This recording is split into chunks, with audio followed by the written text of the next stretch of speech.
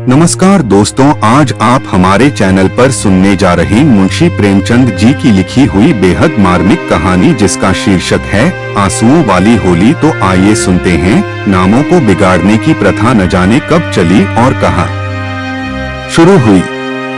इस संसार व्यापी रोग का पता लगाए तो ऐतिहासिक संसार में अवश्य ही अपना नाम छोड़ जाए। पंडित जी का नाम तो श्री विलास था, पर मित्र लोग सिलबिल कहा करते थे। नामों का असर चरित्र पर कुछ न कुछ पड़ जाता है। बेचारे सिलबिल सचमुच ही सिलबिल थे। दफ्तर जा रहे हैं, मगर पाजामे का इजारबंद नीचे लटक रहा है। सिर पर फेल्ट कैप है, पर लंबी सी चुटिया पीछे झांक रही है। अचकन यूं बहुत सुंदर है। न जाने उन्हें त्योहारों से क्या चिढ़ थी। दिवाली गुजर जाती पर वह भलामानस कौड़ी हाथ में न लेता, और होली का दिन तो उनकी भीषण परीक्षा का दिन था। 3 दिन वह घर से बाहर न निकलते। घर पर भी काले कपड़े पहने बैठे रहते थे। यार लोग तोह में रहते थे कि कहीं बचा फंस जाए, मगर घर में घुसकर तो फौजदारी नहीं की जाती। एक आधा बार फंसे भी, मगर घिघिया पुदिया कर बेदाग निकल गए। लेकिन अब की समस्या बहुत कठिन हो गई थी। शास्त्रों के अनुसार हम वर्ष तक ब्रह्मचर्य का पालन करने के बाद उन्होंने विवाह किया था। ब्रह्मचर्य के परिपक्व होने में जो थोड़ी बहुत कसर रही, वह 3 वर्ष के गौने की मुद्दत में पूरी कर दी। यद्यपि स्त्री से कोई शंका न थी, तथापि वह औरतों को सिर चढ़ाने के हामी न थे। इस मामले में उन्हें अपना वही पुराना धुराना ढंग पसंद था। बीबी को जब कसकर डॉट दिया तो उसकी मजाल है कि रंग हाथ से छुए। विपत्ति यह थी कि ससुराल के लोग भी होली मनाने आने वाले थे।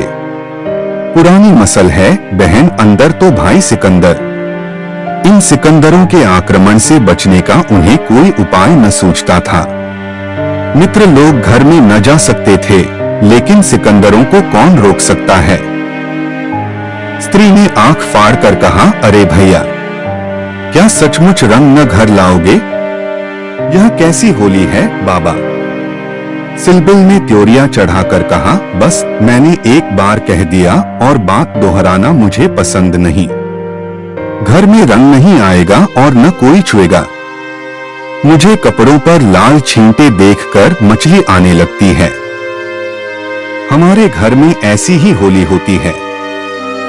स्त्री ने सिर झुकाकर कहा, तो न लाना रंगसंग, मुझे रंग लेकर क्या करना है? जब तुम ही रंग न छुओगे तो मैं कैसे छू सकती हूँ? सिलबिल ने प्रसन्न होकर कहा, निस्संदेह यही साध्वी स्त्री का धर्म है। लेकिन भैया तो आने वाले हैं, वह क्यों मानेंगे? उनके लिए भी मैंने एक उपाय सोच लिया है।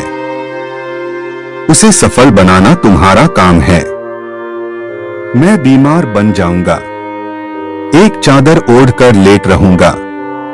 तुम कहना इन्हें ज्वर आ गया। बस चलो छुट्टी हुई, स्त्री ने आंख नचाकर कहा।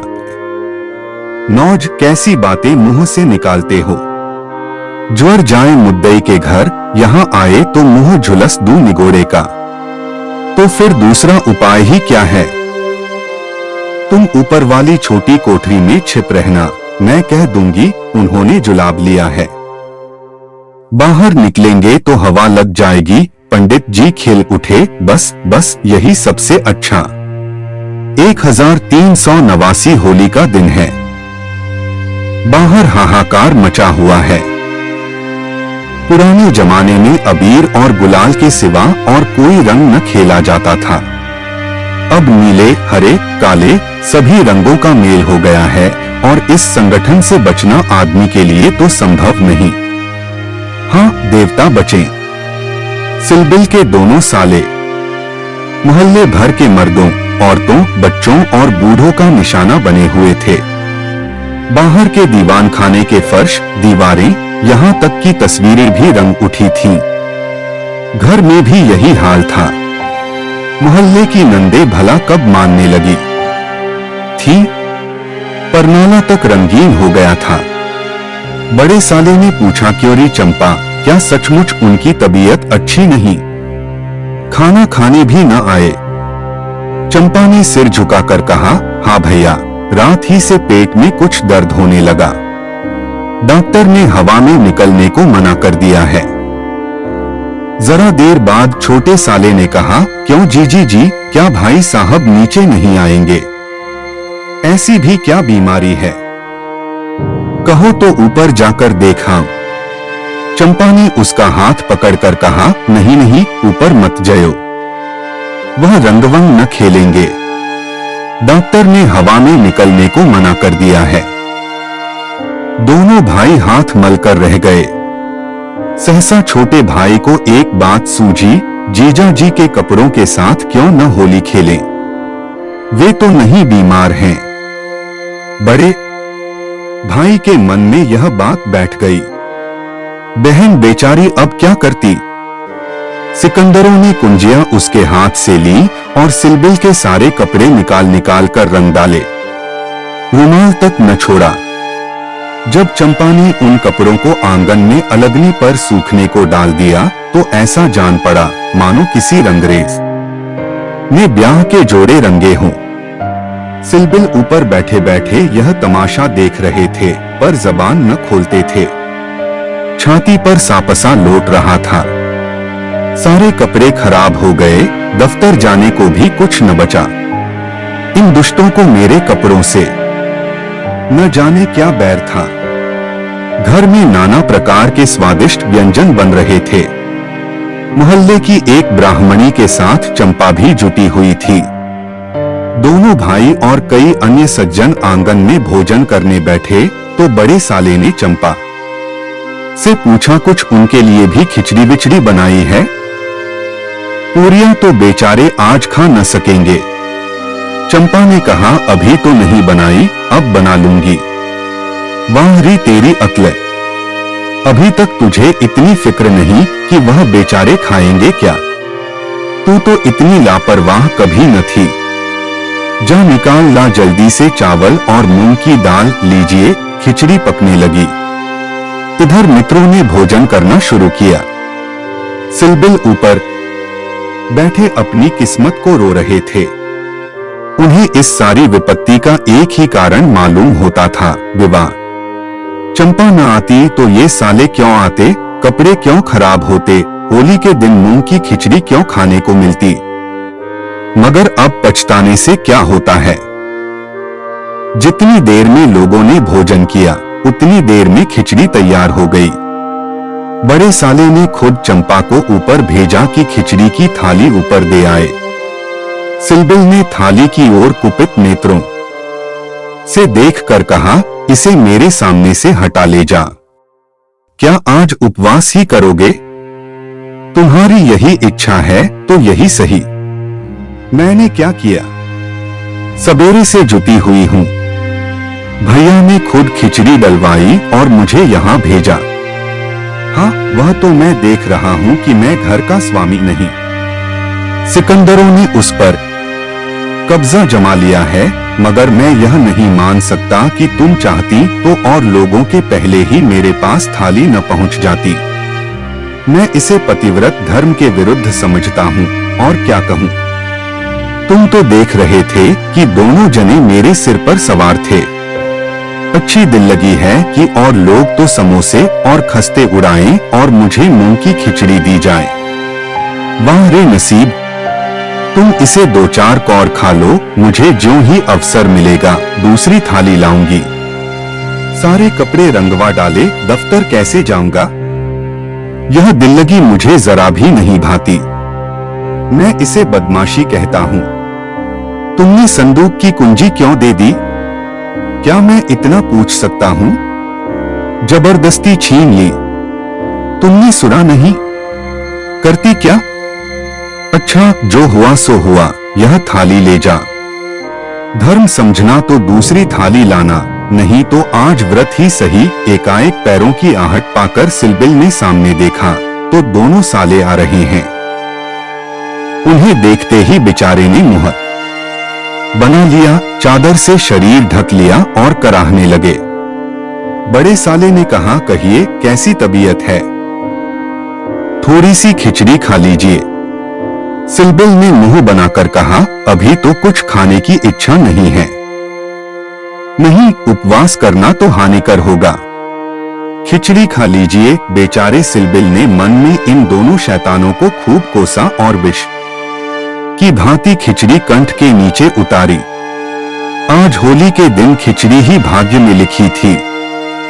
जब तक सारी खिचड़ी समाप्त न हो गई, दोनों वहां डटे रहे, मानो जेल के अधिकारी किसी अनशन व्रतधारी कैदी को भोजन करा रहे हों। बेचारे को ठूस ठूस कर खिचड़ी खानी पड़ी। पकवानों के लिए गुंजाइश ही न रही।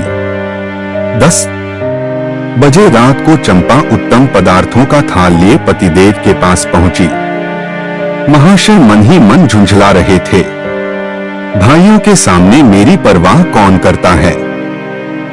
न जाने कहां से दोनों शैतान फट पड़े। दिन भर उपवास कराया और अभी तक भोजन का कहीं पता नहीं। बारे चंपा को थाल लाते देखकर कुछ अग्नि शांत हुई। बोले, अब तो बहुत सबेरा है, 1-2 घंटे बाद क्यों न आई? चंपा ने सामने थाली रखकर कहा, तुम तो न हारी ही मानते हो न जीती। अब आखिर ये 2 मेहमान आए हुए हैं, इनकी सेवा सत्कार न करूं तो भी तो काम नहीं चलता। तुम्हीं को बुरा लगेगा।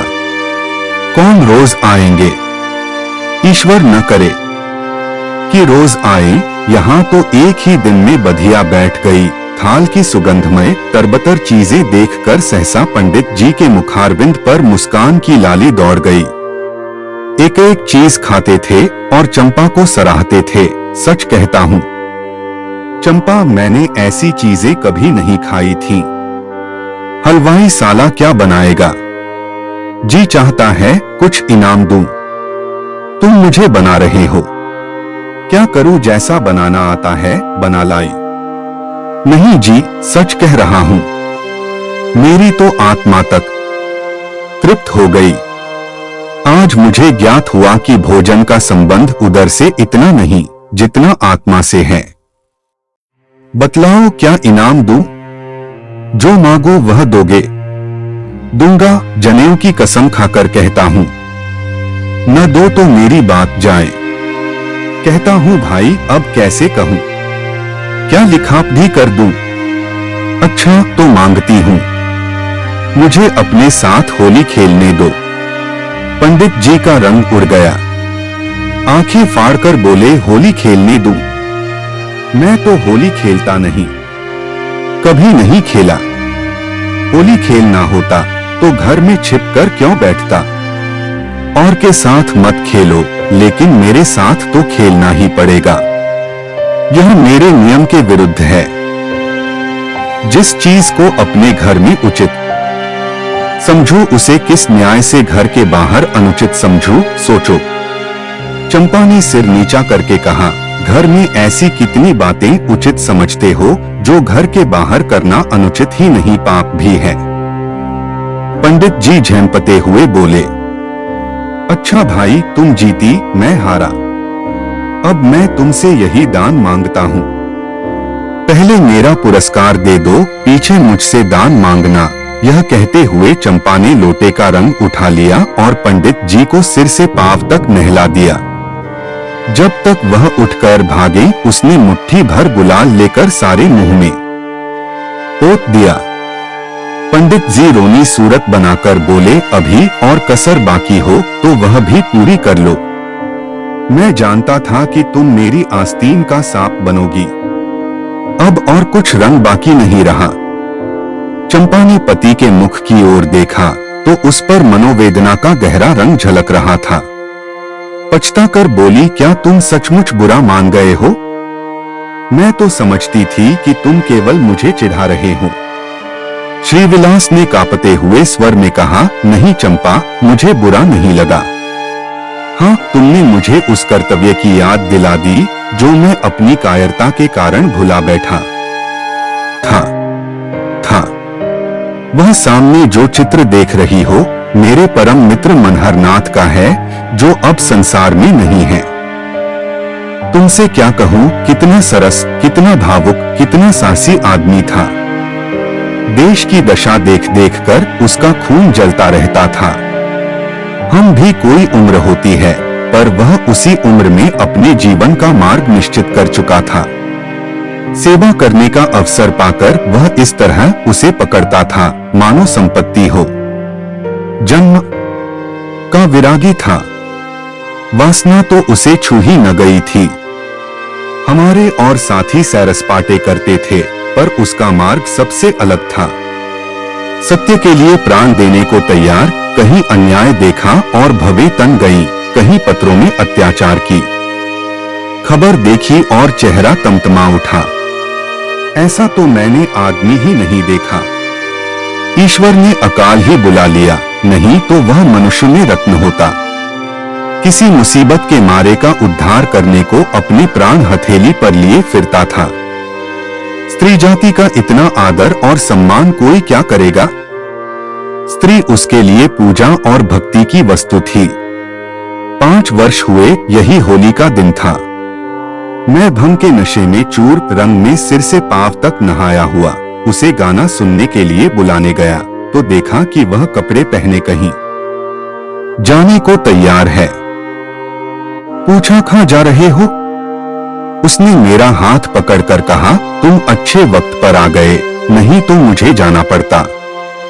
एक अनाथ बुढ़िया मर गई है, कोई उसे कंधा देने वाला नहीं मिलता। कोई किसी मित्र से मिलने गया हुआ है, कोई नशे में चूर पड़ा हुआ है, कोई मित्रों की दावत कर रहा है, कोई महफिल सजाए बैठा है। कोई लाश को उठाने वाला नहीं। ब्राह्मण क्षत्रिय उस चमारिन की लाश कैसे छुएंगे? उनका तो धर्म भ्रष्ट होता है, कोई तैयार नहीं होता। बड़ी मुश्किल से 2 कहार मिले हैं। एक मैं हूं, चौथे आदमी की कमी थी, सो ईश्वर ने तुम्हें भेज दिया। चलो चलें। हाय, अगर मैं जानता कि यह प्यारे मनहर का आदेश है, तो आज मेरी आत्मा को इतनी ग्लानि न होती।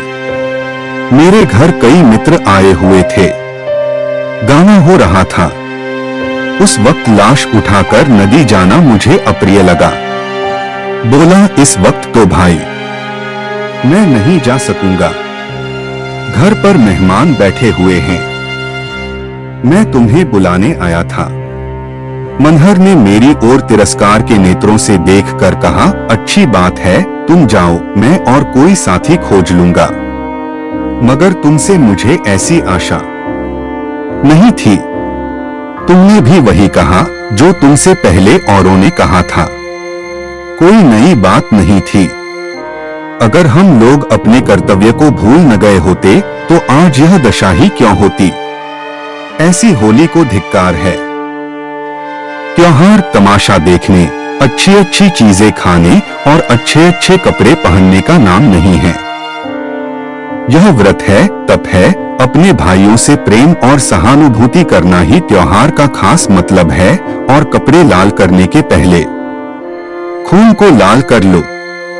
सफेद खून पर यह लाली शोभा नहीं देती। यह कहकर वह चला गया। मुझे उस वक्त यह फटकारी बहुत बुरी मालूम हुई। अगर मुझमें वह सेवा भाव न था, तो उसे मुझे यूं धिक्कारने का कोई अधिकार न था। घर चला आया, पर वे बातें बराबर मेरे कानों में गूंजती रहीं। होली का सारा मजा बिगड़ गया। 1 महीने तक हम दोनों की मुलाकात न हुई।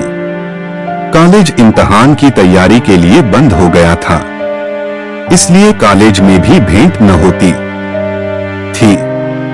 मुझे कुछ खबर नहीं, वह कब और कैसे बीमार पड़ा, कब अपने घर गया। सहसा एक दिन मुझे उसका एक पत्र मिला। हाय, उस पत्र को पढ़कर आज भी छाती फटने लगती है। श्रीविलास एक क्षण तक गला रुक जाने के कारण बोल न सके। फिर बोले, किसी दिन तुम्हें फिर दिखाऊंगा। लिखा था, मुझसे आखिरी बार मिल जा, अब शायद इस जीवन में भेंट हो। खत मेरे हाथ से छूटकर गिर पड़ा। उसका घर मेरठ के जिले में था। दूसरी गाड़ी जाने में आधा घंटे की कसर थी। तुरंत चल पड़ा, मगर उसके दर्शन न बदे थे। मेरे पहुंचने के पहले ही वह सिधार चुका था। चंपा। उसके बाद मैंने होली नहीं खेली, होली ही नहीं, और सभी त्योहार छोड़ दिए। ईश्वर ने शायद मुझे क्रिया की शक्ति नहीं दी। अब बहुत चाहता हूं कि कोई मुझसे सेवा का काम ले। खुद आगे नहीं बढ़ सकता, लेकिन पीछे चलने को तैयार हूं। पर मुझसे कोई काम लेने वाला भी नहीं। लेकिन आज वह रंग डालकर तुमने मुझे उस धिक्कार की याद दिला दी। ईश्वर मुझे ऐसी शक्ति दे कि मैं मन में ही नहीं, कर्म में भी मनहर बनूं। यह कहते हुए श्रीविलास ने तश्तरी से गुलाल निकाला और उसे चित्र पर छिड़ककर प्रणाम किया।